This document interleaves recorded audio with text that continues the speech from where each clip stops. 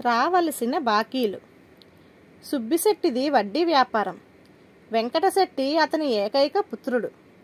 అతడికి 25 ఏళ్ళు నిండగానే సుబ్బిశెట్టి వ్యాపార బాధ్యతలను అతడి మీద పెట్టాలని అనుకున్నాడు.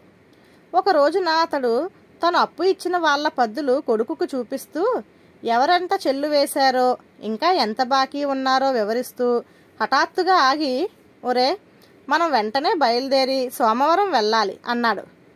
అంత హఠాత్తుగా తండ్రి సోమవరం ఎందుకు ప్రయాణం కడుతున్నాడో వెంకటశెట్టికి అర్థం కాలేదు.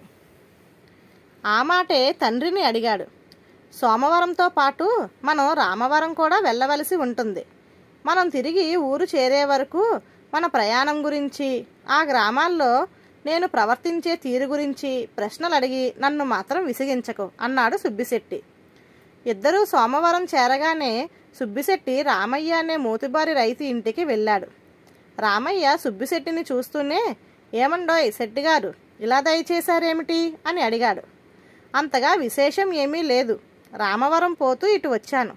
పనిలో పనిగా మీ బాకీ సంగతి కూడా కాస్త గుర్తు చేయదలిచాను.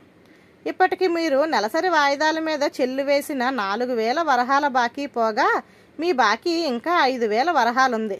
మిగతా మొత్తం త్వరలో చెల్లు వేయడం బాగుంటుంది అన్నాడు సుబ్బిశెట్టి. సుబ్బిశెట్టి మాటలకు రామయ్య కోపం తెచ్చుకొని, శెట్టిగారు, పెద్దతనం కొద్దీ మీకు మతిపోతున్నట్టున్నది. ఇప్పటికి నేను నెలసరి వాయిదాల మీద 5000 వరహాలు చెల్లు వేశాను. ఇక నేను బాకీ ఉన్నది 3000 వరహాలు మాత్రమే.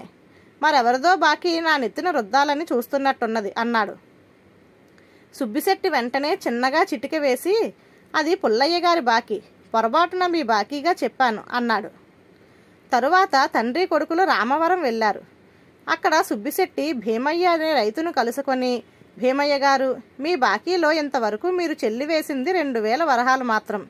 మిగిలిన 4000 వరహాలు ఎప్పటికి ఇవ్వగలమంటారు అన్నాడు.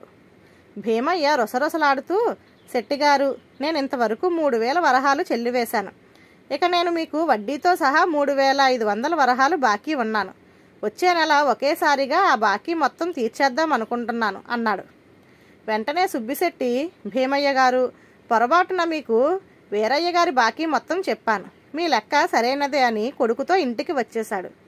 వెంకటశెట్టి తండ్రిని, మనకు ఎవరు ఎంత బాకీ ఉన్నారో పద్దు చూడకుండా చిటికెలో లెక్క వేసి చెప్పే నువ్వు అలా ఒకళ్ళ బాకీలు మరొకళ్ళకు చెప్పి గొడవ పడ్డావెందుకు అని అడిగాడు. సుబ్బిశెట్టి నవ్వుతూ, ఆ రామయ్య భీమయ్యల బాకీలకు సంబంధించిన పద్దు ఎక్కడో పోయింది. ఈ సంగతి వాళ్లకు తెలిస్తే వాళ్ళ నుంచి దమ్మిడి మనకు రాదు.